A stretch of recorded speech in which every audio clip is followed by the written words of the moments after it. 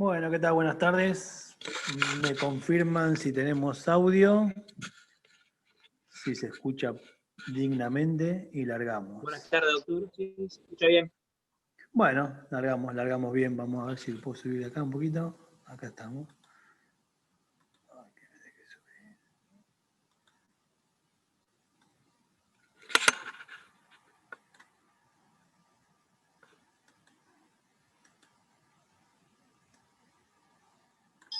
Ahí estamos. Bueno, a ver que me acomodo.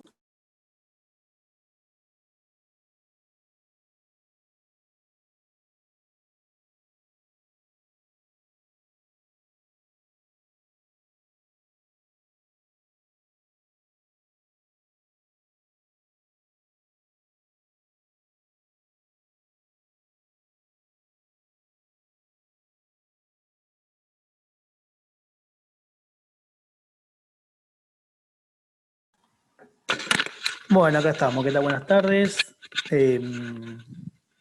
Veo que son poquitos.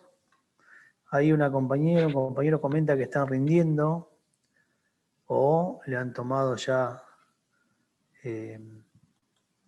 miedo a la materia o han desistido, no sé, porque son 200, ayer estamos charlando del parcial, son 267 inscriptos, pero nosotros en las cursadas vemos muy pocos, por lo que en realidad nunca podemos saber a ciencia cierta cuánta gente cursa, lo que es malo para nosotros al momento de analizar cómo evaluar.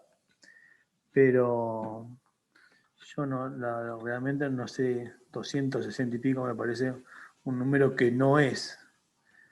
No sé cuántos serán en total, realmente cuántos se van a presentar a rendir, pero bueno, ya nos vamos a enterar cuando toque. Acá vamos a ver la bolilla 12, son estos dos temas que, como más o menos ya saben, son atributos de la personalidad que nosotros vamos a ver estos, y quedaría patrimonio simplemente dentro de los atributos, porque nosotros el sendero que hicimos fue, cuando comenzamos a ver persona, fue hablar de la persona, vimos capacidad, en su momento también vimos nombre, ahora tenemos que ver domicilio, estado civil, y nos quedaría patrimonio, como digamos estos 5 elementos de la personalidad, atributos, perdón, y después dentro del patrimonio, ahí aparece todo lo que son los bienes y demás. Pero esto es un tema, digamos, que a mí me gusta porque es un tema con el que también convivimos, hay temas con los que uno no convive tanto, son bastante novedosos, y estos temas son temas con los que uno suele convivir constantemente porque domicilios todos tenemos y estado todos tenemos. Hay que comenzar a ver, el patrimonio va con bienes, le digo a Griselda, no sé bien dónde está ubicado ahora, pero va con bienes. Si se da bienes y patrimonio, eso lo termina decidiendo ahora Oviedo. Digo que esas preguntas se las dirijan a ella en la clase, no sé si tienen ahora o ayer tuvieron, ¿no? Creo que ahora va a comunicar, ya tiene que comunicar hasta dónde llega bien. Seguramente van a ser los temas hasta donde llegamos, incluirá el tema de mañana y no mucho más. Así que si hasta mañana no se ve, no va a entrar. Ahí para responder a Griselda. Les pido, ya que no somos tantos, que si le va apareciendo algún tipo de duda o alguna consulta, porque algo les parece que da para preguntar, me vayan preguntando antes de llegar al final, así lo vamos haciendo más ameno. Bien, vamos a pasar entonces a los temas. Vamos a ir acá.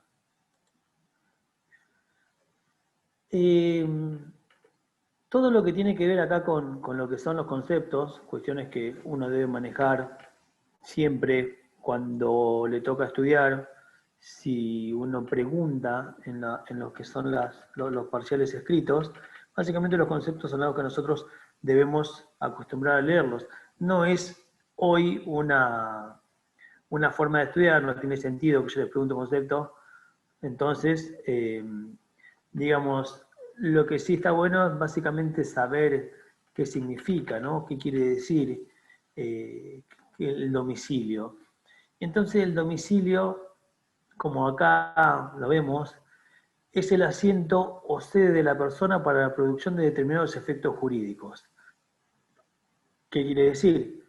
Que el domicilio lo que va a hacer es determinar muchos efectos jurídicos y ya iremos viendo cuáles son.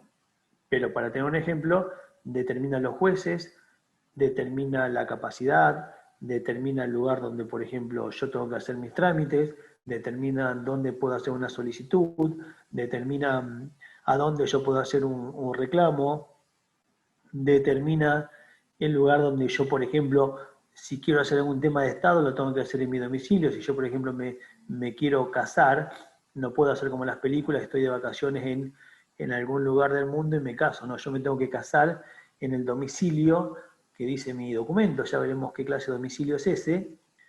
Y lo mismo pasa con, por ejemplo, cuando tengo que votar, ejercer los derechos ciudadanos o ejercer los derechos políticos, se ejercen en la inmensa mayoría de los casos en el domicilio.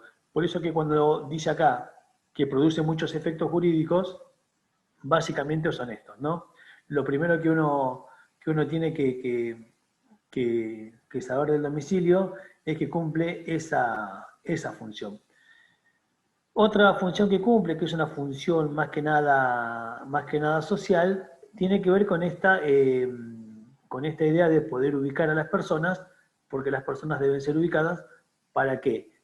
Porque como estamos rodeados de situaciones de derecho, muchas veces nos van a tener que notificar, nos van a tener que avisar, nos van a tener que ubicar por algunas circunstancias. Entonces ese domicilio va a ser el que produce los efectos jurídicos. En ese domicilio que yo denuncio cuando voy a hacer, por ejemplo, el documento, es el domicilio que a mí me va a decir dónde yo puedo hacer o dónde me corresponden hacer un sinfín de situaciones. Lo mismo pasa, por ejemplo, si quiero hacer el carnet de conducir, lo mismo pasa si yo quiero solicitar una habilitación, etcétera, etcétera. Lo primero que me van a decir es el domicilio. Con domicilio de acá nos corresponde. ¿Por qué? Por lo que se conoce como competencia.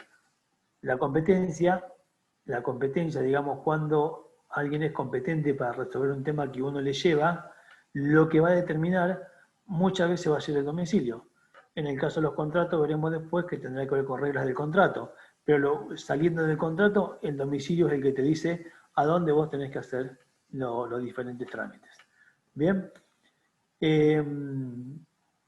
Por eso que también vamos a ver que hay una clasificación, no solo del domicilio, que ya vamos a ver que hay una clasificación básica de 3, hay más, pero nosotros estudiamos 3 en profundidad, pero a la vez también existe otra clasificación que tiene que ver con esto que yo puse acá abajo, que es habitación, residencia y domicilio. Cada una de esas son cuestiones diferentes, cada una de esas tiene efectos diferentes y no hay que confundirlas. Por eso que decimos que existen muchas situaciones en cuanto a la relación de las personas con el lugar. ¿Sí? ¿Por qué? Porque yo puedo estar situado físicamente en un lugar, pero eso no es mi domicilio. Y esta es la idea que tiene que ver con la habitación, con la residencia, con el domicilio. ¿Bien? Vamos a ver de qué se trata este primer acercamiento. Esta habitación, residencia y domicilio, ya les digo, son una clasificación de lo que es la relación de las personas con el lugar en donde se encuentra. Entonces, tenemos, por ejemplo, la habitación. Es un lugar donde nos encontramos de forma accidental o pasajera. No vamos a hacer mucho más que pasar un tiempo, estar de pasada. Puedo llegar a quedarme algunos días, pero eso no produce ningún tipo de efecto jurídico en cuanto al domicilio. mi domicilio no va a ser afectado porque yo esté parando algunos días en algún lugar. Eso se llama habitación. ¿Bien? Después tenemos lo que se conoce como residencia. La residencia ya podemos decir que es más amplia en cuanto a tiempo. Es más amplia y lo que pasa en estos casos es que uno se queda como para cumplir alguna finalidad o algunas funciones. Yo acá, por ejemplo, pongo, no sé, si nos vamos de vacaciones, o el Mar de Plata, que somos de recibir muchos estudiantes de todo lo que son los lugares cercanos, o a veces de otras provincias, o muchas veces hasta de otros países. Todas esas personas lo que tienen acá en Mar del Plata, por lo general, es una residencia. ¿Sí? ¿Por qué? Porque no tienen la idea de vivir más allá de lo que es cumplir con ese momento. Cumplir con los 15, 20 días o un mes de vacaciones, cumplir porque voy a trabajar 3, 4 meses porque así me toca, o ir a cursar, pero una vez que termine la cursada me vuelvo a mi lugar de origen. Entonces, la residencia es eso. No tengo ánimo de vivir allí, no es el centro de mi vida, no es el centro de mi familia, no es el centro de la actividad. Por eso que habitación y residencia, en cuanto a la relación persona-lugar, no tiene demasiada incidencia en el derecho. Sí, claramente, lo que tiene incidencia en el derecho es el domicilio, tal cual lo dice el artículo 73. ¿Qué dice el artículo 73?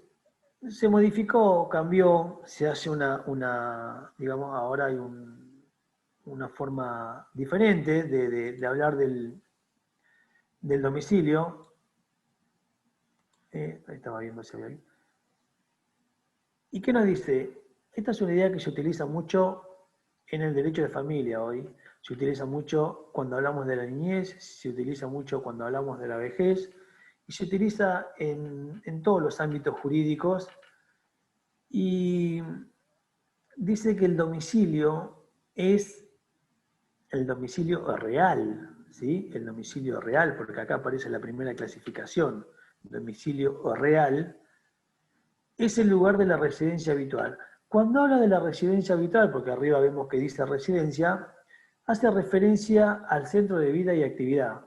Y cuando hablamos de centro de vida y actividad, básicamente estamos hablando de familia, básicamente estamos hablando de trabajo y de todo lo que conlleva que una persona se quede viviendo en un lugar y no en otro, sino que en los otros lugares simplemente va de paso, pero después vuelve a este lugar, a esta residencia habitual, donde tiene su centro de vida y actividad. Entonces, ese lugar es lo que se conoce como domicilio real. ¿Sí? El domicilio real. Ustedes, la mayoría puede tener domicilio real en el lugar donde tiene la residencia habitual, que puede ser su casa, la casa de sus padres, donde está viviendo, o puede ser que estén de residentes. Si alguno de los que está acá está cursando, digamos, y proviene de otra ciudad, de otra localidad, estaría el Mar de Plata, digamos, en situación de residente.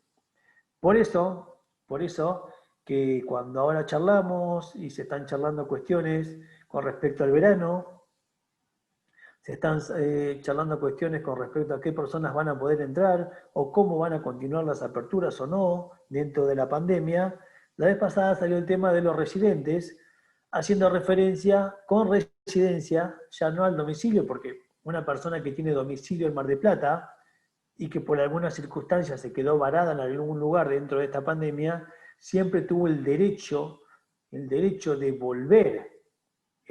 volver ¿a dónde? A su lugar, a su residencia habitual, a donde está su centro de vida. Sin embargo, como un sinfín de lugares están cerrados, entre ellos la universidad, por ejemplo, un estudiante que no es de Mar del Plata, hoy tendría problemas para ingresar porque no va a poder justificar el porqué. Porque dice, las universidades están cerradas, se cursa online. Es lo mismo acá a la vuelta que en su pueblo. Por lo tanto, esa categoría de residencia no te da el mismo derecho que te da el domicilio. ¿Y qué se dice? Bueno, se dice que aquellas personas que tengan propiedades en Mar del Plata, que hay un montón, digamos, personas que tienen propiedades de veraneo, ¿no? Uno en Mar del Plata, ahí por donde estamos nosotros, por la facultad, hace un par de cuadras para la playa, para los costados, es todo medio desértico en invierno. Ahora en verano se transforma. Bueno, muchos de esos lugares son de dueños que no viven en Mar del Plata. Son de dueños que tienen su residencia habitual en otro lugar, pero que acostumbran venir a Mar del Plata a pasar las vacaciones. ¿Qué se dijo? Que aquellas personas que justifican tener un bien acá en Mar del Plata, un bien inmueble, se los va a tomar como residentes, pero esa residencia va a tener que estar acompañada de tengo un bien. Si no, tampoco en principio van a poder ingresar. Así que, bueno, esta es una primera clasificación. La habitación es un lugarcito por donde voy, paso, estoy. La residencia me quedo a cumplir algunas finalidades, pero no va a ser donde yo tengo mi centro de vida. Y en el artículo 73, ahí sí comenzamos a hablar de domicilio. El domicilio sí ya es el que va a producir todos los efectos de los que hablábamos cuando comenzamos la clase.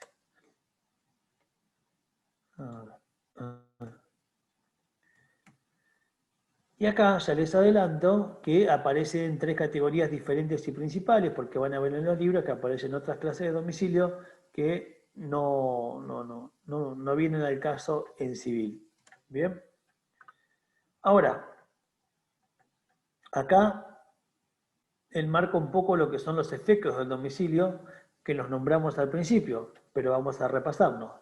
Por ejemplo, mi domicilio es el que determina mi capacidad, artículo 2216. El domicilio es el que determina los derechos reales, o sea, el domicilio de los bienes, porque cuando hablamos de derechos reales, estamos hablando de derechos sobre las cosas. Los derechos reales, que son los derechos que se ejercen sobre las cosas, se va a determinar por el lugar donde las cosas se encuentren. Entonces, por eso que las cosas tienen un régimen especial. Por ejemplo, yo cuando me toca viajar a otras provincias, más que nada más para el norte, yo no puedo creer lo que se paga, por ejemplo, de patente. Lo comparo con lo que pago acá en Buenos Aires y es un infierno lo que pagamos en Buenos Aires. Y lo mismo si lo aplico al agua, y lo mismo si le aplico no digo luz y gas porque más o menos parecido, pero si a los impuestos municipales, a los impuestos provinciales, ¿no? Entonces, esas cosas, autos, casas, etcétera, cosas en sí, se rigen por el lugar donde se encuentra el bien, por eso que tenemos esta diferencia, ya le digo, por ejemplo, en cuanto a los impuestos. En Buenos Aires tenemos un impuesto automotor y de vivienda que lo regula ARBA, y cada provincia tiene su ARBA, ¿sí? Se llamará con otro nombre, pero cada provincia tiene su ARBA, y ello determina. Entonces, yo si tengo un auto modelo tal, en Buenos Aires pagaré X, y otra persona tal vez dentro del país pagará X y por ahí mucho menos. No creo que mucho más, porque ya les digo, somos de los más caros en cuanto a impuestos sobre los bienes, sobre las propiedades y sobre los vehículos.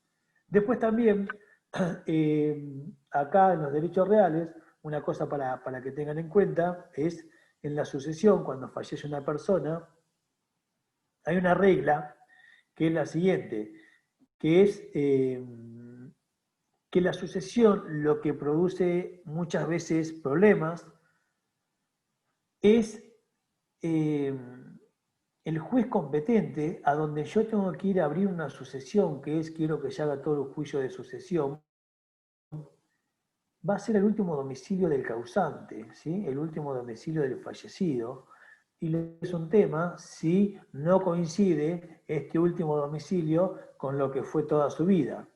Por ejemplo, volvemos a Mar del Plata, muchas personas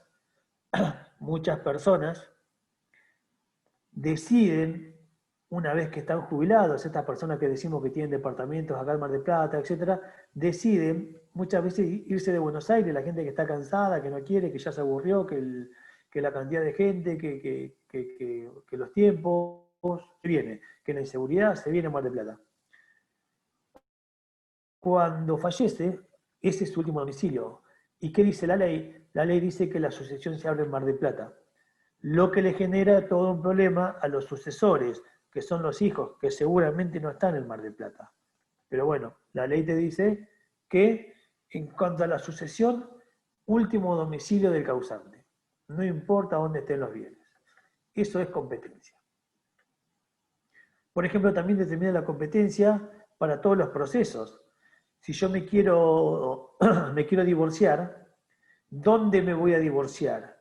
¿En el lugar que me casé? No, no importa.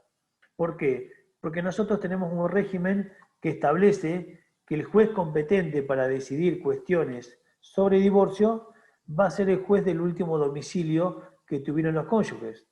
O sea, si se casaron en Buenos Aires, pero su último tiempo de convivencia fue en Mar del Plata, el juez de acá tiene competencia. Cuando tiene competencia, significa que tiene la obligación de tomar el caso, porque lo que arregla al divorcio es el último domicilio que tuvieron juntos como matrimonio. ¿Bien? Indiferentemente donde se hayan casado. También determina la competencia, a dónde debo cumplir las obligaciones. También determina a dónde me van a notificar a mí, a dónde me van a citar si tengo algún proceso judicial o si tengo que presentarme en algún lugar. ¿A dónde me van a notificar? Al domicilio real. Domicilio real es en el lugar, ya vimos, donde tenemos el centro de vida, que a veces coincide con el DNI y muchas veces no coincide con el DNI. ¿Pueden los cónyuges tener domicilios diferentes?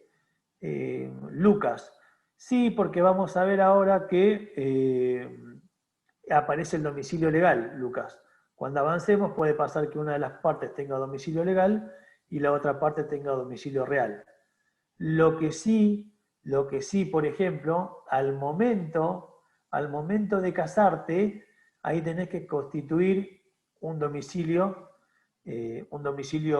propio, digamos un domicilio en común, porque una de las obligaciones que hay dentro del matrimonio es la cohabitación. Después lo que puede pasar es que por diferentes circunstancias puedan aparecer domicilios legales, que vamos a ver de qué se trata, pero sí pueden tener domicilios diferentes. Lo que no podés es presentarte, por ejemplo, al registro. Cuando vos te presentás al registro y decís nos vamos a casar, o decís vamos a hacer una convivencia, lo que te van a preguntar es a dónde van a vivir. Y hay un solo espacio para llenar. Dan por sentado que tenés que vivir en el mismo domicilio. Pero cuando aparece legal, vamos a ver que sí se puede tener otro domicilio.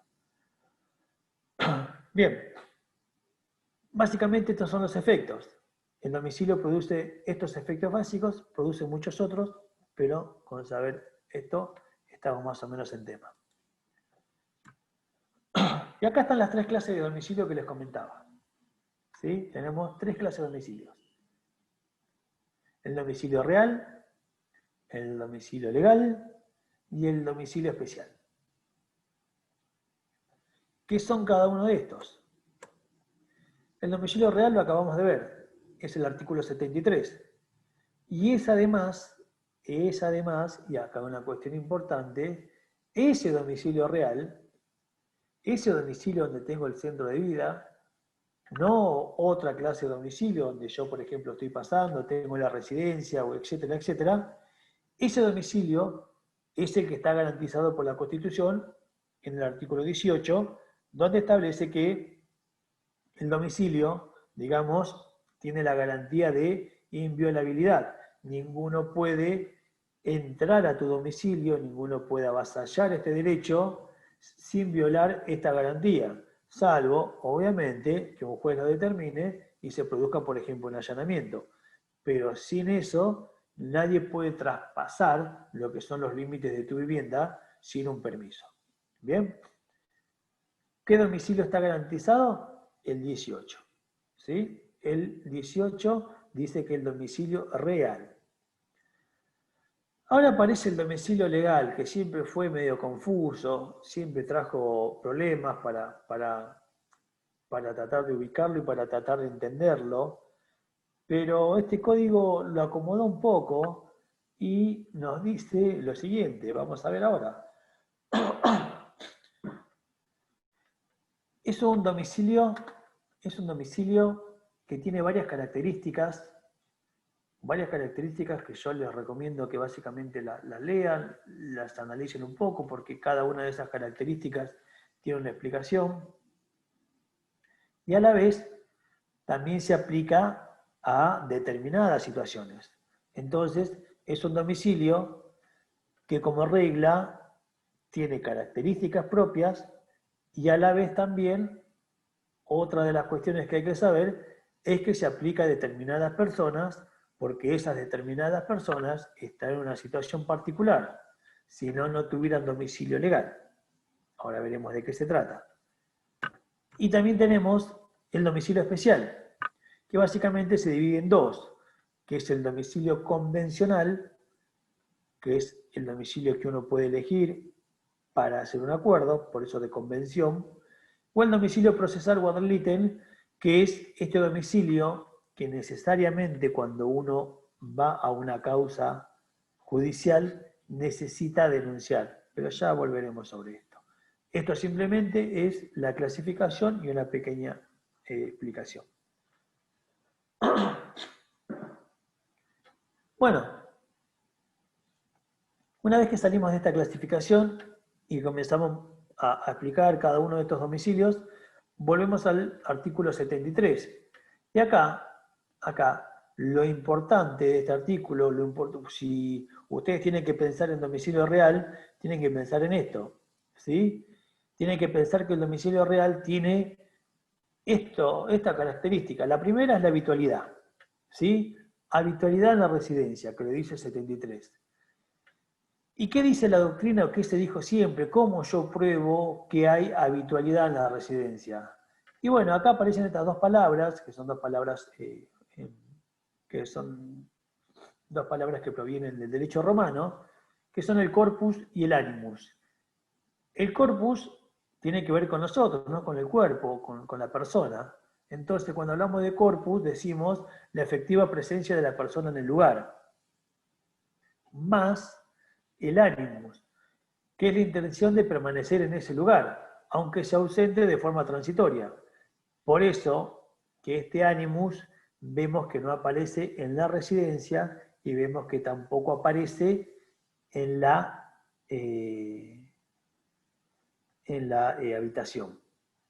Y vamos a ver que este corpus, no ya el animus, este corpus, bueno, el animus tampoco, va a estar presente en el domicilio legal, porque vamos a ver las características. Al domicilio legal no le importa el corpus y el animus. No le interesa, el domicilio legal cumple otras funciones. ¿Bien? Entonces, ¿qué es el domicilio real? Bueno, el domicilio real es el que donde nosotros tenemos centro de vida, estamos siempre ahí, y básicamente tenemos la idea de permanecer ahí, no nos vamos a ir, acá estamos, por ahora este va a ser, me quieren notificar, acá está el lugar, me quieren, voy a hacer algún tipo de reclamo, lo voy a hacer acá, necesito hacer algún trámite, yo sé que lo voy a hacer acá, porque esto es lo que hoy tengo, ¿sí? Lo que no significa, y esta es una característica muy propia del domicilio, es la mutabilidad, ¿no? Van a ver en los caracteres, que yo no los veo porque son un montón y bueno, ahí les queda a ustedes verlos. Dentro de los caracteres, uno principal es la libre mutabilidad. O sea, yo me puedo cambiar de domicilio las veces que considere necesario. Lo que es más difícil, por ejemplo, en el caso del nombre. Ya vieron lo que es cambiar el nombre, que tiene todas sus particularidades. Y también el tema del estado, cuando veremos cambiar de estado, también tiene particularidades que no tienen que ver con el domicilio. El domicilio yo lo puedo cambiar cada vez que considere necesario cambiarlo, ¿Por qué? Porque necesito cambio de domicilio muchas veces para poder hacer algunos trámites. Bien. Este domicilio, la primera característica que tiene es la necesidad. ¿Qué significa necesidad? Significa que todos tenemos un domicilio. Todos tenemos un domicilio. Y este domicilio es un atributo de la persona. Por eso que ya sabemos que los atributos de la persona no pueden desaparecer. Entonces todos tenemos este domicilio. Y después tenemos la unidad. Y esto es importante, y recuerden esto, les aconsejo recuerden esto. No se puede tener más de un domicilio real. No se puede tener más de un domicilio real. ¿Se puede tener un domicilio legal y uno real? Y bueno, veremos. ¿Se pueden tener dos domicilios legales? Veremos. ¿Se puede tener un domicilio legal, pero a la vez yo tengo un domicilio procesal? Veremos. Ahora lo que ya sabemos, porque acá nos está aclarando, es que no se puede tener más de un domicilio real. ¿Sí? No puedo tener más de uno. Ahora bien, el segundo párrafo del artículo 73, corriéndose un poco de esta primera parte del 73 del corpus y el animus, me dice lo siguiente, que va a pasar a ustedes cuando se reciban y cuando vayan a, no a sacar el título, porque ahí no importa, sino cuando vayan a matricularse, una de las cosas que les va a pedir el Colegio de Abogados va a ser dónde va a trabajar, o sea, dónde usted va a ejercer la profesión. Y puede ser que lo ejerza en algún lugar en común con otro, puede ser que lo ejerza por su parte, que lo ejerza en su casa, que alquile, lo que sea. En ese caso, ese domicilio que uno denuncie, más el domicilio que tenemos si tenemos una actividad económica, y eso lo determina FIP, cuando estamos inscritos y demás, me dice que ese domicilio va a ser el domicilio que yo voy a tener, pero, aclaro, para el cumplimiento de las obligaciones de dicha actividad. Nada más. Nada más que para el cumplimiento de las obligaciones de dicha actividad. ¿Sí? Por ejemplo, si yo soy un proveedor que le dejo cosas a un comerciante, eso es algo que tiene que ver con la actividad. Si no me paga, le haré juicio para que me pague. ¿A dónde lo voy a notificar? Lo voy a notificar al lugar donde ejerce la actividad económica, porque en este caso el código me lo habilita. Ahora bien, supongamos que este señor o esta señora no cumple con sus obligaciones familiares. ¿Por qué? Porque no está cumpliendo con la cuota alimentaria, porque no está cumpliendo con un acuerdo de régimen de comunicación, etc. Ahí ya no. Ahí ya no. Ahí lo voy a tener que notificar en el domicilio real. ¿Bien? ¿Por qué? Porque ese incumplimiento que él tiene por una cuestión familiar nada tiene que ver con obligaciones emergentes de dicha actividad. Entonces, por eso lo remarco, lo subrayo, porque no hay que confundir y no hay que quedarse con la primera partecita. La primera partecita nos dice que si ejerce actividad económica o profesional, lo tiene en el lugar donde se desempeña. Coma o seguidito ahí pegado, pero ojo, para cumplir las obligaciones emergentes de la actividad. Nada más. ¿Sí? Entonces no se queden con esta primera parte porque hay que verlo en contexto. Bien, este es el domicilio real. Si no entienden algo me preguntan al chat o no sé si está abierto el chat, porque la vez pasada me pasó que no estaba abierto. Está abierto, ¿no? Vamos a chumear. Sí, está abierto y estuvimos charlando. Sí, bien. Y ahora se me fue la pantalla.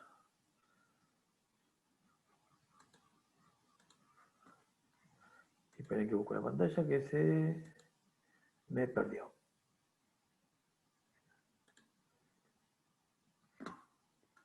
Ivana dice, bueno, vaya preguntando Ivana mientras yo...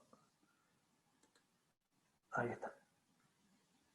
Mientras yo volví a esto. Dígame, a Hola, ver. profesor. ¿Qué ¿Puedo tal? Bueno. hacerlo? ¿Qué tal? No, no entendí lo último que usted explicó. A ver, dijo que si, por ejemplo, una persona no cumple con la cuota alimentaria, porque es una cuestión familiar, se lo notifica al domicilio real. ¿Bien? Sí, sí, está bien. Y en el Sí. caso de que, por ejemplo, esta última parte, ¿no? Si no cumple algo relativo a su actividad profesional, en ese caso, ¿dónde se lo notifica? ¿Al domicilio legal o real? No me quedó claro eso. No, lo notifico al domicilio real en los términos del artículo 73, Ok, porque todo el artículo 73 habla de domicilio real, todavía no pasamos al legal. ok. Es real nada más que es el domicilio en donde también ejerce su profesión, su actividad, digamos. Claro, lo que facilitó esta segunda parte del artículo era que muchas veces, y la verdad que esto está bueno que haya pasado, porque en la práctica pasaba esto. En la práctica pasaba que uno tenía un problema con un profesional o uno tenía un problema en algún lugar con un proveedor y te mandaban a notificar a los domicilios reales. ¿Por qué? Porque cuando uno ejerce una acción, por ejemplo, de cobro de pesos, que es una, van a ver en procesal, las reglas del Código de Procedimiento establece que cuando uno quiere cobrar una obligación, tiene que citar al deudor y establecía el código que lo tenías que citar en el domicilio real. Una vez que vos lo citabas al domicilio real, como pasa en todo proceso, la única forma de presentarte en juicio es con un abogado, ahora vamos a ver después domicilio procesal, constituía, ahí recién constituyó un domicilio procesal, y vos a partir de ese momento ya sí podías comenzar a avanzar y notificarlo ahí. Pero costaba un montón notificar un domicilio real. ¿Por qué? Porque muchas veces el domicilio real tal vez ni siquiera está en la localidad. O tal vez cuando vos buscas información, pasa mucho hoy con incumplidores por ejemplo, de relaciones de familia, y yo mando a preguntar a ANSES, yo puedo mandar un formulario que es como Ministerio de Justicia y digo, necesito información, último domicilio de esta persona. Y me dice, mirá, Miguel, me figura en Chaco, no me sirve para nada ese domicilio. Y a mí después le pregunta a la persona y me dice, pero si él tiene un negocio allá. Bueno, es otra cosa ahí. Pero capaz que nunca cambió el domicilio. Pasa un montón de veces que hay gente que no cambia el domicilio. Entonces, lo que hace esto es facilitar que si vos tenés a una persona con la que venís trabajando y de repente surge un problema, la ley ahora te habilita a notificarlo en la actividad económica o profesional. Con esta aclaración, económica significa personas que se dedican al comercio, no los empleados, ¿sí? Porque ahí vamos a volver que a los empleados tienen el domicilio real, el domicilio de su casa.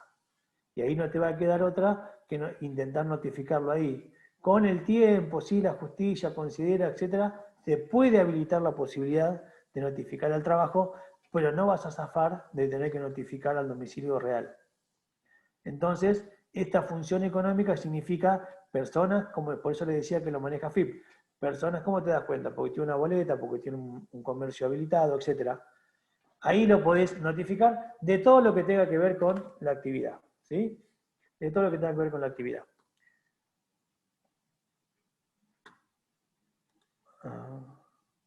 A ver qué dice el chat. Buenísimo. Bien. Seguimos entonces. Pasamos al domicilio legal.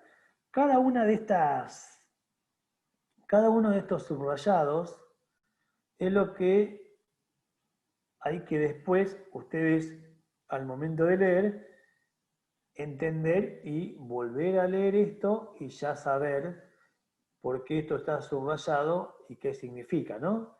Entonces hacemos una primera lectura Lo subrayado yo lo explico, pero después a ustedes les quedará para memorizarlo bien, estudiarlo o para entenderlo. Hoy, en esta nueva etapa, no hace falta memorizar, sino hace falta entender, porque las preguntas después, tipo parcial, van a ser de entendimiento, no van a ser de memoria.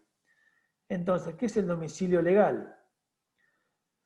Decimos que es el lugar donde la ley presume sin admitir prueba en contra.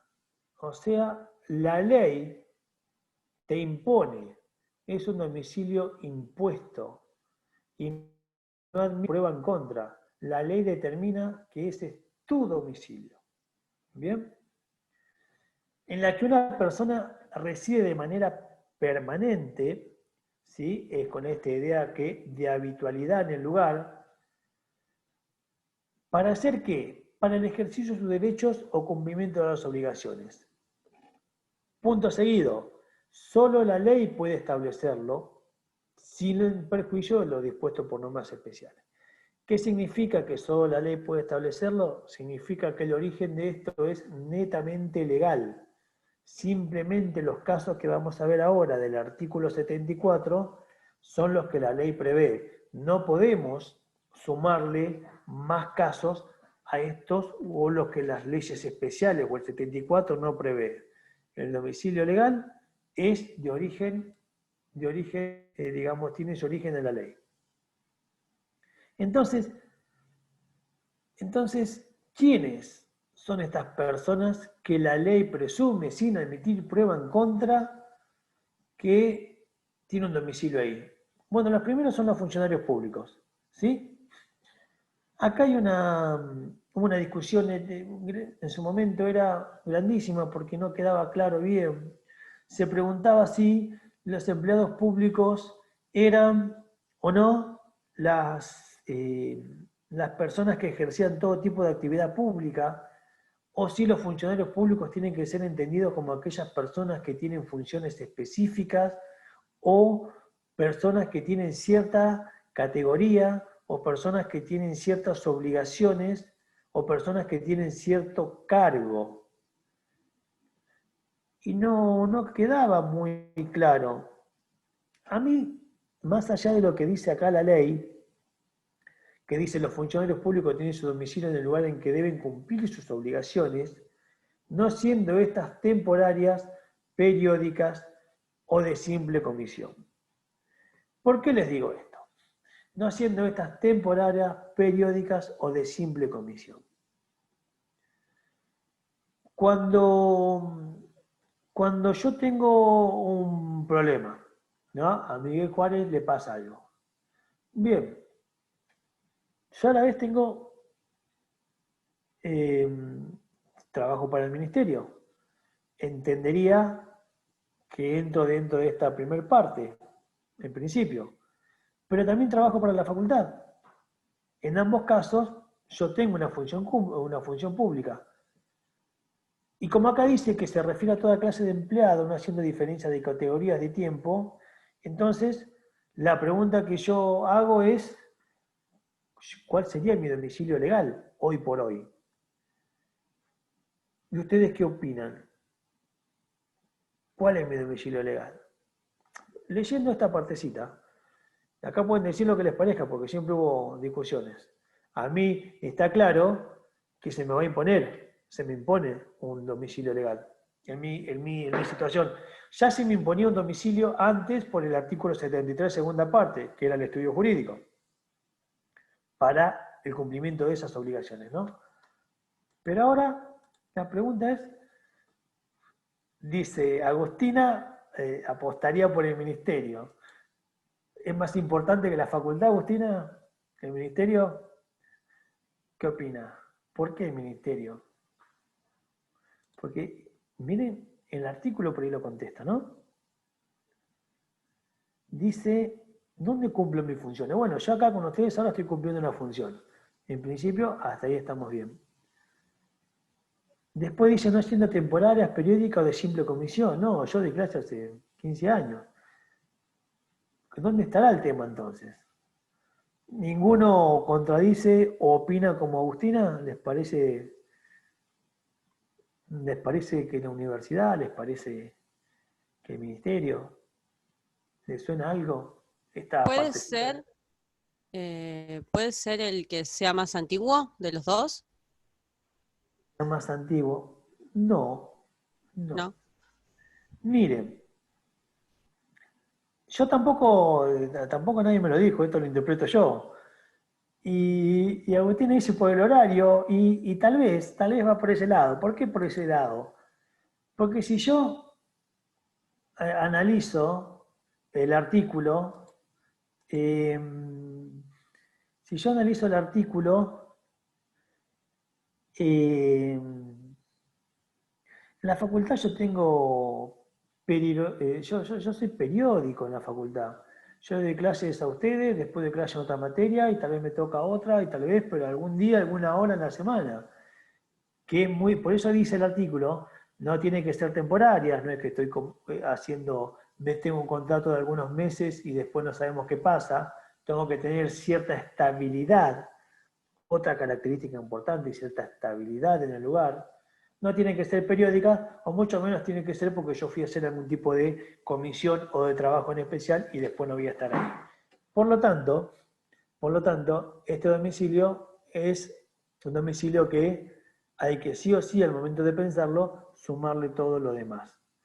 En ese contexto podemos decir que sí, que hoy mi domicilio legal sería el ministerio. Lo que no quita, ¿sí? Lo que no quita es que yo tenga mi domicilio real, ¿no? Porque, a ver, el domicilio real es el que me va a habilitar todo lo demás. Y yo no vivo, mi centro de vida no es el ministerio. Entonces, ahí comenzamos a responder algunas preguntas que hizo el compañero al principio con respecto a los cónyuges. Yo tengo dos domicilios, ¿sí?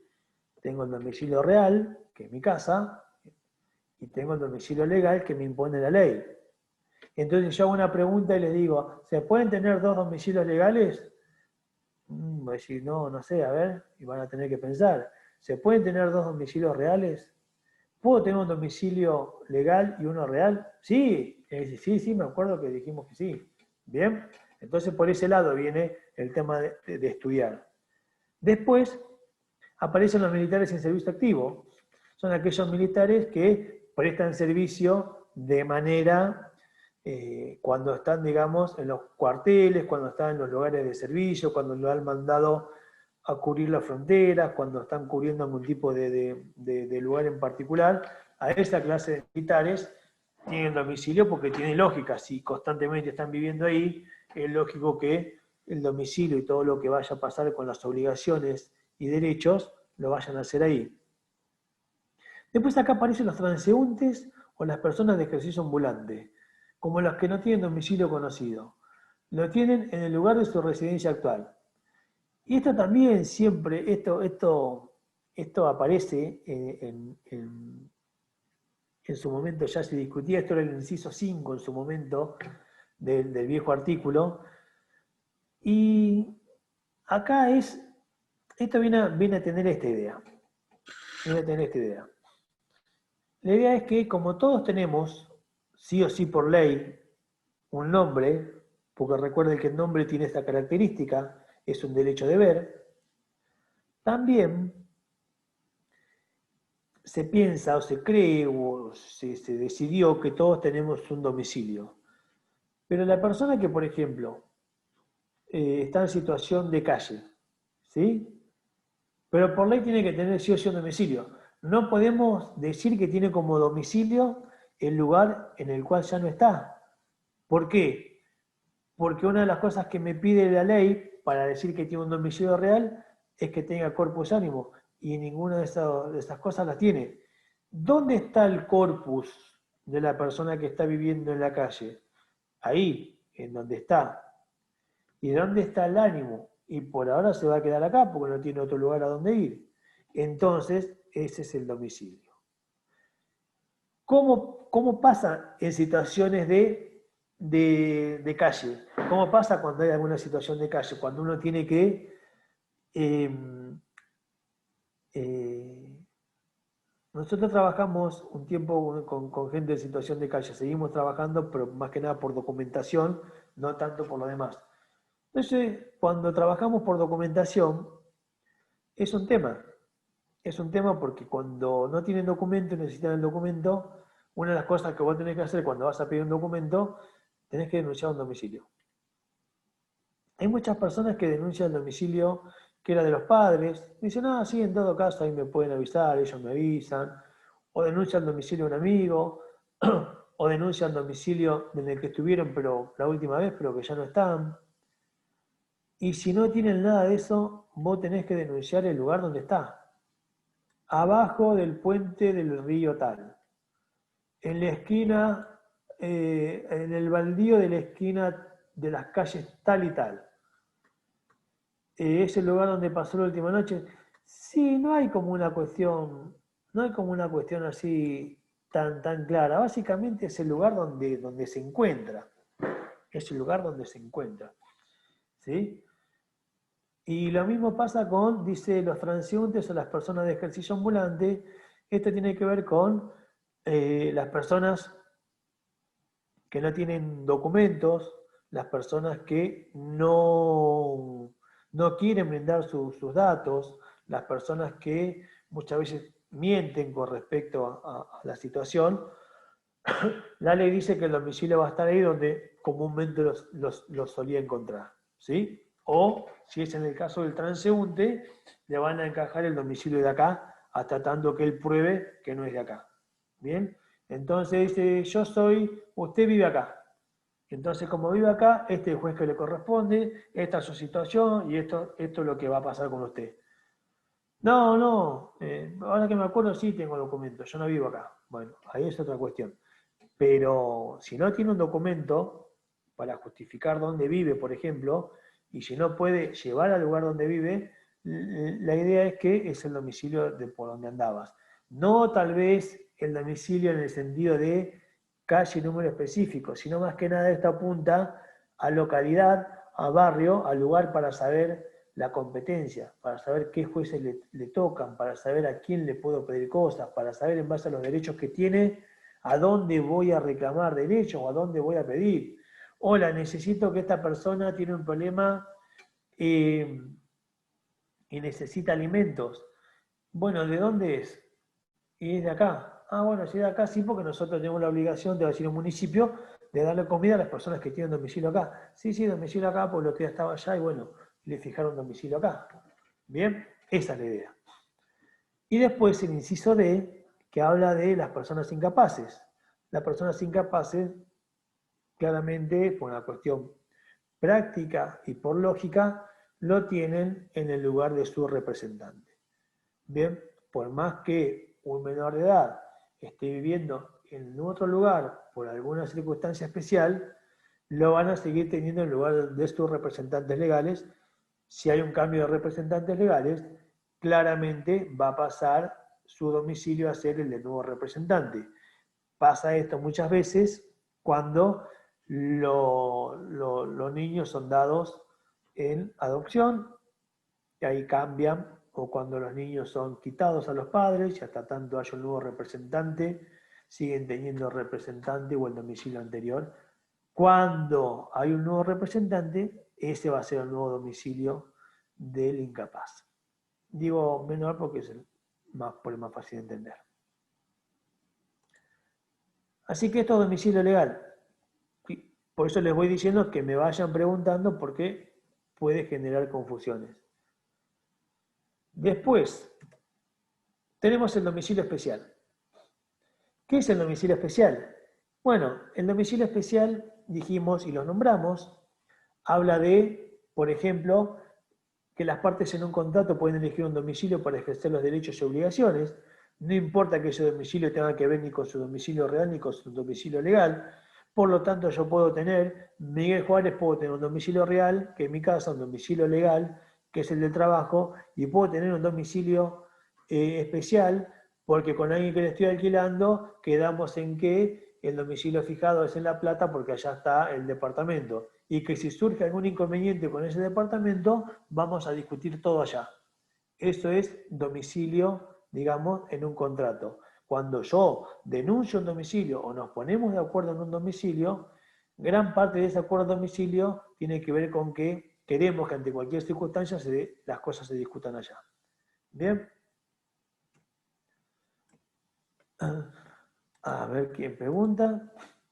Yo me quedé en la duda si una persona puede tener un domicilio real y legal al mismo tiempo. Sí, sí. Yo, acuérdese de mí, tengo los dos. Y de los que somos funcionarios tenemos los dos domicilios. Porque cuando yo me quiera divorciar, no me va a importar mucho el domicilio del ministerio. ¿Sí? Porque es una cuestión totalmente aparte. Me van a decir, bueno, ¿dónde vive? ¿Dónde vivieron la última vez? Y eso me va a dar domicilio real. Después, para muchas otras cuestiones, a mí por ley se me impone ese domicilio. ¿Qué quiere decir? Si a mí se me trata de ubicar acá, en mi casa, y no me ubican, la ley habilita a que se me busque y se me notifique en mi domicilio legal, porque la ley me puso un domicilio. Entonces yo acá me puedo hacer el distraído, no veo más ahí, bueno, sí que me mande, vos no recibas la notificación, porque lo que sea, no voy a poder zafar allá, ¿sí? Sí se puede tener. Y como les dije ahora al último, puedo tener ese, puedo tener el real, puedo tener un domicilio especial porque tengo un contrato y a la vez yo puedo tener un domicilio procesal, que es este del artículo 40 del Código Procesal Civil y Comercial de Buenos Aires. ¿Qué me dice este artículo? Me dice que toda persona que litigue tiene que constituir un domicilio dentro del perímetro de la ciudad, juntamente con una casilla de correo electrónico. Esa es una modificación que tiene el Código Procesal hace un tiempo. Bien, buenísimo, Griselda. Esa es una cuestión que tiene y está bueno porque antes de toda esta pandemia ya se venía trabajando en el derecho con toda la cuestión electrónica. Ahora no hay otra forma de trabajar, así que por suerte ya estábamos preparados para esto. Si bien hace falta mucho más que mejorar, que aprender, ya estamos preparados. Por eso que la ley hoy te dice que vos tenés que constituir un domicilio y existe en el derecho procesal otra clase de domicilio que no tiene que ver con nosotros, que es el domicilio electrónico. Nosotros los abogados, una vez que comenzamos a trabajar, no solo tenemos que dar el domicilio del estudio jurídico, que va a ser un domicilio que nuestros clientes van a usar como domicilio procesal, sino que a la vez necesito y tengo la obligación de tener un domicilio electrónico. Ese domicilio electrónico me lo da el Colegio de Abogados, ¿sí? No es una cosa que yo elijo. No es Miguelito, Viva Boca, es tu número de documento básicamente con algunas palabras más y ese es tu domicilio electrónico. Ahí se tienen por notificadas todas las cuestiones que las partes o los jueces o los que participan en un juicio quieran notificar. Si vos no abrís la casilla, si vos notificás cada tanto si hay algo, problema tuyo. Es problema tuyo. ¿Por qué? Porque la regla es esa. Tenés la obligación de mirar todos los días si hay algo. No podés decir, pero hace un montón que no abro la casilla. Justo me fui de viaje, justo esos días. No podés. ¿Sí? Ya tenés ahí un domicilio más. Y lo que digo acá es, a diferencia del domicilio real o legal, estas clases de domicilio del artículo 75 y del 40 producen efectos limitados a que a las situaciones que estamos describiendo no se van a abarcar para otras cuestiones jurídicas. Quiero hablar dos cositas del Estado. Acá terminamos domicilio. Hay más que les quedará leer, pero esto es lo básico. Quiero hablar una cosita de Estado, no la quiero hacer larga, porque ya estamos en una hora, que es el Estado como atributo a la personalidad. Una cuestión que no tiene grandes complejidades, por eso que lo puedo hacer un repaso así charlado. El Estado es básicamente la relación que nosotros tenemos dentro de lo que es la familia. Dentro de lo que es la familia tenemos situaciones familiares y esas situaciones familiares nos dan estados. Por eso uno cuando habla de Estado, el Estado civil no solo abarca la idea de casado, soltero, viudo, divorciado o en concubinato, sino que el estado es cómo yo estoy dentro de un ámbito familiar. Entonces yo puedo tener el estado de hijo, puedo tener el estado de padre, puedo tener el estado de abuelo, puedo tener el estado de tío, y muchos de estos estados son los que después la ley toma para hablar de ¿qué? De parientes. Y la ley me dice que hay determinada categoría de parientes, parientes por consanguinidad, que son los míos propios, y también después aparecen los parientes por afinidad, que son los que yo sumo cuando, por ejemplo, me caso. Entonces, el Estado civil abarca toda esa relación que uno tiene con los parientes. ¿Bien? Esta idea de Estado proviene de Roma. En Roma había tres situaciones que te daban digamos, había tres clases de estados. Uno tenía primero un estado libre, después también había otra clase de estado que lo determinaba la familia nada más, y después había otra clase de estado que era la categoría de ciudadano romano.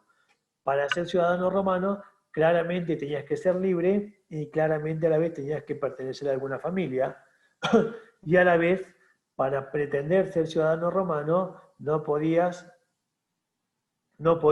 obviamente, ser esclavo, y dentro de la posición familiar tenías que ser cabeza de familia, si no tampoco eras ciudadano. Y tenías que ser libre, tenías que ser cabeza de familia y tenías que ser hombre mayor de 25 años. No estaba permitido para las mujeres y no estaba permitido para los menores de 25 pretender tener el título de ciudadano romano.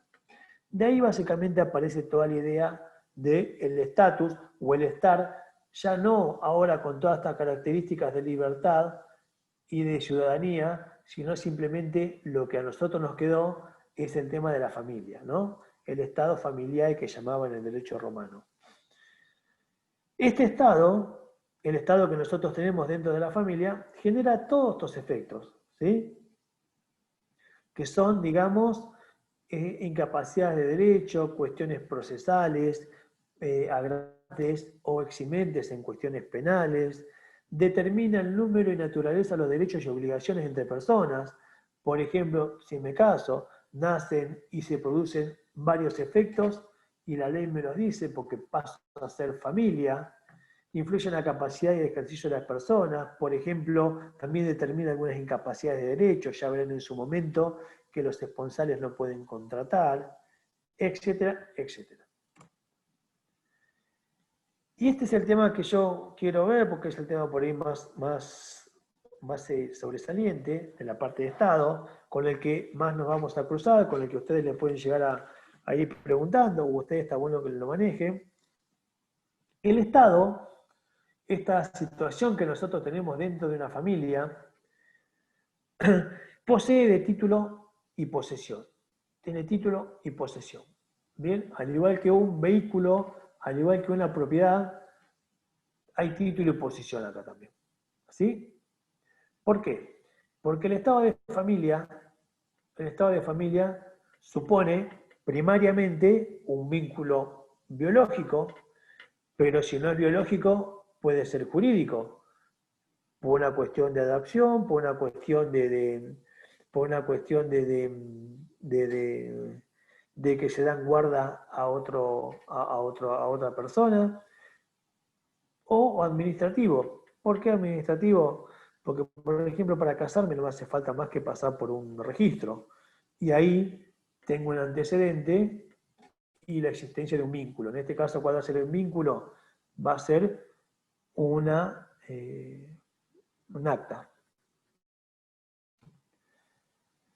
Y cuando hablamos de acta, hablamos de esto, del título de Estado. Cuando piensen en título de Estado, piensen en piensen en papeles, ¿sí? Piensen en esto, piensen en papeles. ¿Qué significa tener título de Estado? Bueno, dice que es el medio de prueba inexcusable. O sea, si yo quiero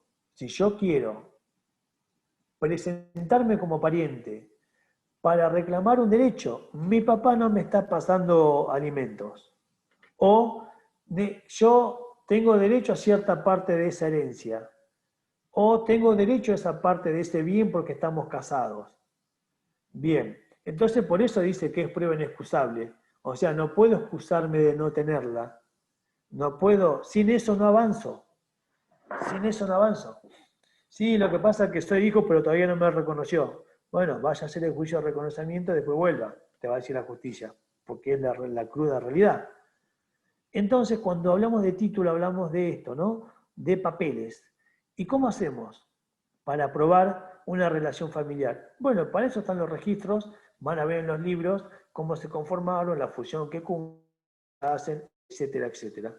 Acá básicamente tenemos una partida de nacimiento y una partida de matrimonio. ¿Bien? Toda partida de nacimiento y toda partida de matrimonio, yo trabajo mucho con esto, por eso acá esta partecita, ¿sí? No sé si logran ver acá al costado, es lo que se conoce como notas marginales.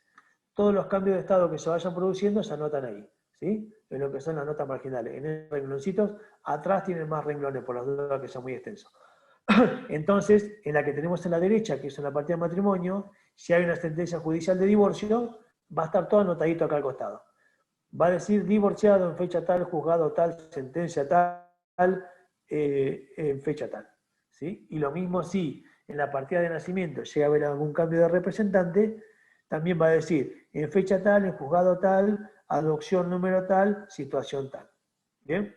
Entonces yo tengo que probar. Yo estoy divorciado. No, ¿cómo? ¿Por qué le voy a dar la mitad si estoy divorciado? Tengo que llevar una partida de matrimonio que tenga la nota marginal. Si no, me va a decir, usted no está divorciado, usted está casado. No, en realidad no estamos juntos hace un montón. Bueno, eso es otra cosa, pero usted está casado para la ley. Entonces, digamos, son temas firmes. Son temas donde hay que tener bastante, digamos, lectura, entendimiento, porque estas son cuestiones bastante rígidas para no estar confundidos. Y después aparece lo que es la posesión de Estado. Entonces, ¿qué es la posesión de Estado? Bueno,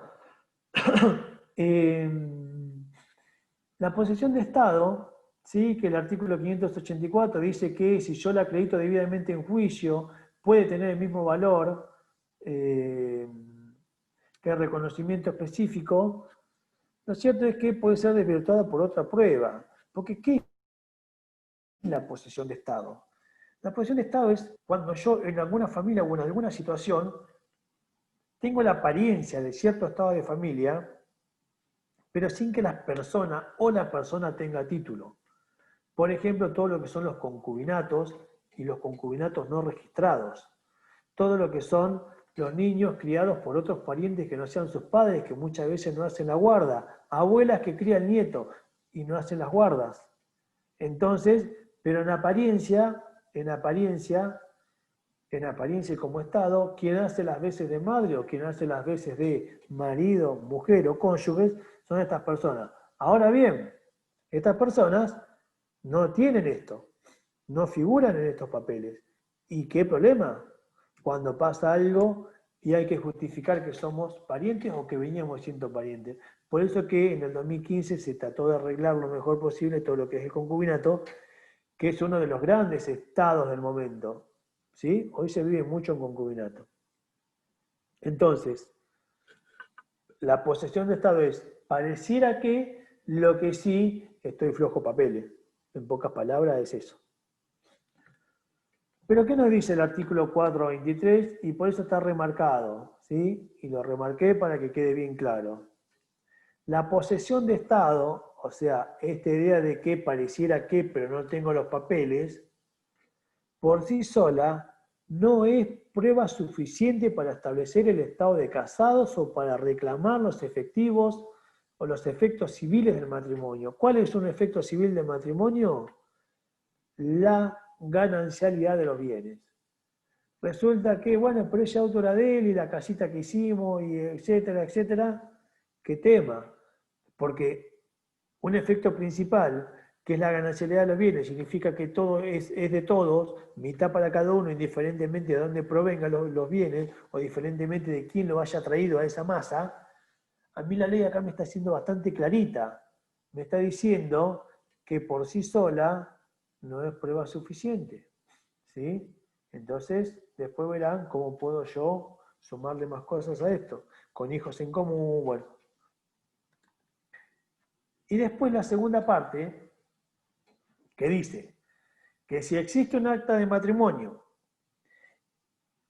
y más la posesión de Estado, ¿no? O sea, siguen juntos, pero por alguna inobservancia, por alguna cuestión de formalidad, el acto de celebración tiene alguna cuestión de nulidad, no puede ser alegada contra la existencia del matrimonio. O sea, si se pasó alguna circunstancia, fallaron los testigos, tenía un testigo más, no quedaba elegible la prueba, se quemó el registro, cosas que pasaban antes, se quemó la iglesia donde estábamos y antes era por iglesia. Bueno, si yo tengo esa constancia y más sigo junto, por más que exista alguna cosa que no está clara, no va a poder atacarse, la ley va a dar, digamos, el visto bueno a esa situación, ¿no? Eso es, me parece, estos dos importantes, más que nada la primera parte del 4.23, ustedes ya están en el momento de saber y no confundir. Pero si no era que si te juntás 5 años es lo mismo, van a escuchar, no era que si vos tenés un hijo, y no era que, y no era, no. Y van así, vaya preguntando. Hola, no estaba escribiendo, pero tardo al escribir. No, quería preguntar, en el caso de la posesión de Estado, ¿no? Donde dice, tiene el mismo valor que el reconocimiento. ¿En qué sentido, por ejemplo? Por ejemplo, en el caso que usted dijo, de que haya hijos que los cría una persona, pero que, digamos, legalmente los papeles no es así, digamos, ¿no? ¿Qué significa? Que en un juicio puede pedir, por ejemplo, algo de la herencia, no sé, estoy poniendo un ejemplo. No, el tema es así. ¿En qué sentido? Sí. Este es un artículo que lo van a ver específicamente cuando vean, porque está dentro de la parte de derecho de familia. Lo que acá dice, lo que acá dice es que cuando uno tiene una posesión de Estado debidamente acreditada en juicio, ¿cómo acredito yo en juicio una posesión de Estado? Por ejemplo, hay muchas circunstancias donde se hace una primera etapa. Les cuento cómo funciona la práctica. En la práctica aparece una abuela, yo de estos 1000 casos en el ministerio, y dice, me quedé con mis nietos. Bueno, mi hijo se fue, o mi hija se fue, o tiene problemas de adicciones, o bueno, hubo alguna situación, o los casos más graves, pero ahí ya es judicial cuando fallece alguno de los padres. ¿Qué hago? Porque, por ejemplo, te dicen, no puedo cobrar la OH, porque se la siguen pagando a la madre. Y me dijeron que para poder cobrar la OH yo necesito que el Estado me dé algo, y usted es Estado, básicamente es así. Bueno, le digo, vamos a ver. Entonces ahí lo que nosotros hacemos, esto es que se llama un reconocimiento de situación. Entonces la trabajadora social nuestra, o alguna de las nuestras, la cita a la abuela y le dice, abuela, vamos a necesitar esto. Vamos a necesitar que usted le haga los controles médicos. ¿Sí? Le vamos a necesitar que usted vaya y le escriba en la escuela. Y en la escuela queda aclarado que la que lo está llevando a la escuela, quien lo puede retirar y quien lo tiene es usted. Esto para no mandarlos a juicio, ¿no? Y vamos a tratar de ubicar al padre y madre a ver qué nos dice. Y bueno, nosotros hacemos todo un informe. Con ese informe, que se llama adenda, acá se los anoto, a ver, adenda con D, no adenda. Bueno, me fui ahora de volver acá. Adenda. ¿Qué hace la abuela? Muchas veces lo que más interesa es poder, digamos, acceder a esos beneficios, porque en situaciones muy complejas es lo que hay para comer y lo que hay para vestirlos, cobran una mínima jubilación si es que cobran, Entonces uno colabora. Después le dice, mire abuela, que lo que estaría bueno, con esa adenda o con esa medida de guarda, también les cuento, yo hago una nota y a la abuela le dan el DNI también, o le dan la partida de nacimiento para que se maneje. Entonces a partir de eso la abuela se va manejando con esa situación. Acuérdese, abuela, abuelo, acuérdese que hay que hacer la guarda, eso ya es judicial. Después pasen, que lo hacemos. Ah, sí, bueno. Acuérdense que la guarda demora 1 año. Cuando se le venza la guarda, tienen que volver porque hay que hacer una segunda parte, una segunda etapa de la guarda, que es guarda, que se llama así, se llama guarda con fines de adopción. Es otra segunda etapa de la guarda, cuando lo tienen los parientes, para que usted terminemos y ya quede como un hijo más suyo, no como un nieto. ¿Bien? Y no lo hacen. ¿Por qué? Porque la verdad que es complicado, la verdad que dan muchas vueltas y se queda en esa situación. Si en esa situación, ¿sí? Esta abuela fallece y, por ejemplo, venía criando al nieto y puede acreditarla en juicio y con todo esto que yo te digo lo va a poder acreditar, en ese caso va a tener el peso y el valor de uno más, como si hubiera sido un hijo reconocido. Siempre que no sea desvirtuado por prueba en contrario, ¿no? Siempre que no venga uno de los herederos y diga, mentira, ¿sí? ¿Qué tiene que ver este con nosotros si él vive con mí? ¿Entienden?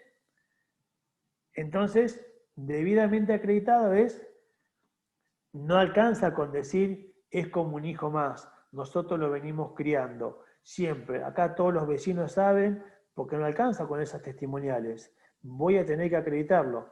Y con eso que yo les comento, que muchas veces queda trunco porque no lo completan, sí sirve como prueba de que realmente estuvo durante mucho tiempo en una situación de estado.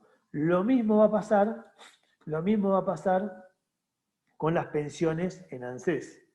Cuando uno puede acreditar, porque en su momento hizo un concubinato, porque tuvieron 2 hijos en común, porque compraron algo en común, como un terreno, como algún bien registral, porque les llegan las cosas a los dos al mismo lugar, a los dos les llega la jubilación, o les llega la tarjeta de crédito, porque cuando uno va a los registros figura todo en el mismo lugar, etcétera, etcétera. Bueno, ahí si yo junto todo eso, puedo escaparme del 423. Pero el 423 me dice, en principio sepan que no es prueba suficiente. ¿Bien? Lo van a ver bien claro en familia, pero es esto que les comento acá. No sé si se entendió. Sí, se entendió muy bien. O sea, como el final que dijo a lo último, que en verdad la ley dice algo, pero con este artículo hay una posibilidad. Siempre Gracias. está. Por eso que acá dice, no dice no sirve como prueba, dice no es prueba suficiente. Claro, ¿Sí? claro. Si no hubiera dicho, no tiene la validez, o no se equipara, o no puede probarse. Y después las últimas que ya les dejo, que son 3 cosas, que son las acciones de Estado, que tendrán que saber que básicamente son estas acciones, me separo, adopto, etcétera, me caso, etcétera, va a cambiar mi estado. En todos estos casos, lo tengo que buscar por una acción judicial, donde la justicia va a decir que un hijo ahora me pertenece porque lo adopté, me pertenece en sentido de la patria potestad, ¿no? O me va a decir que yo no soy más padre de alguien porque fui a hacer un juicio de desconocimiento de paternidad, o al contrario, me va a decir, usted es padre de esta persona porque me hicieron un juicio de filiación y se probó. Pero todas son cuestiones judiciales. Así que hemos llegado. Hoy ha sido un poco más largo, pero bueno, lo pedí a la clase. Así que bueno, chicos, hemos terminado por hoy. ¿Sí? Si queda duda, me pregunta, siempre me quedo un ratito más. Si no, somos libres. Bueno, profe, esperemos vernos después de la segunda parte de la materia, después del parcial. Gracias. Bueno, sí, con fe y con esperanza, decía uno. me acuerdo un candidato y ya con fe, con esperanza, usted vaya. Yo digo siempre estudiando, ¿no? Es más fácil la fe estudiando. Pero sí, están a tiempo y los temas se fueron dando, los temas se fueron viendo, no son tan gigantes los temas.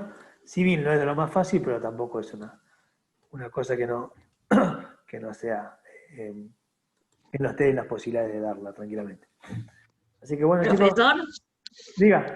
a usted ya le dijeron, porque la otra vez dijo que las preguntas de los temas que había dado usted las iba a hacer usted también.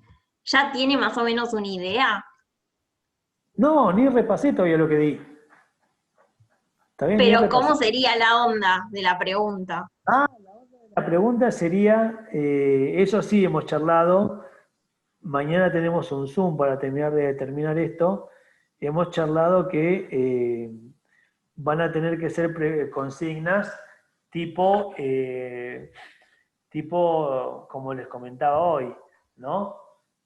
Miguel Juárez tiene 3 domicilios, uno real, otro legal y otro. ¿Es posible esto? Una onda así. Ah, bien. ¿Sí? Sí. Una onda así con todo, porque si yo tengo posesión de Estado, ¿es lo mismo que tener título? No es lo mismo, porque el título, ahí tendrán que ustedes explicar. Son como para una pequeña explicación donde demuestran que entendieron de qué estamos hablando. Porque yo pongo título de Estado, usted me corta y pega y ya está perfecto. Y no se puede preguntar así. Entonces siempre es más, nosotros tenemos que hacer un trabajo intelectual diferente para preguntar, y la idea sería básicamente como le comenté. Se va a tirar como una situación y usted tendrá que decir si se puede o no se puede, está mal por esto. Perfecto, gracias. Nada de nada.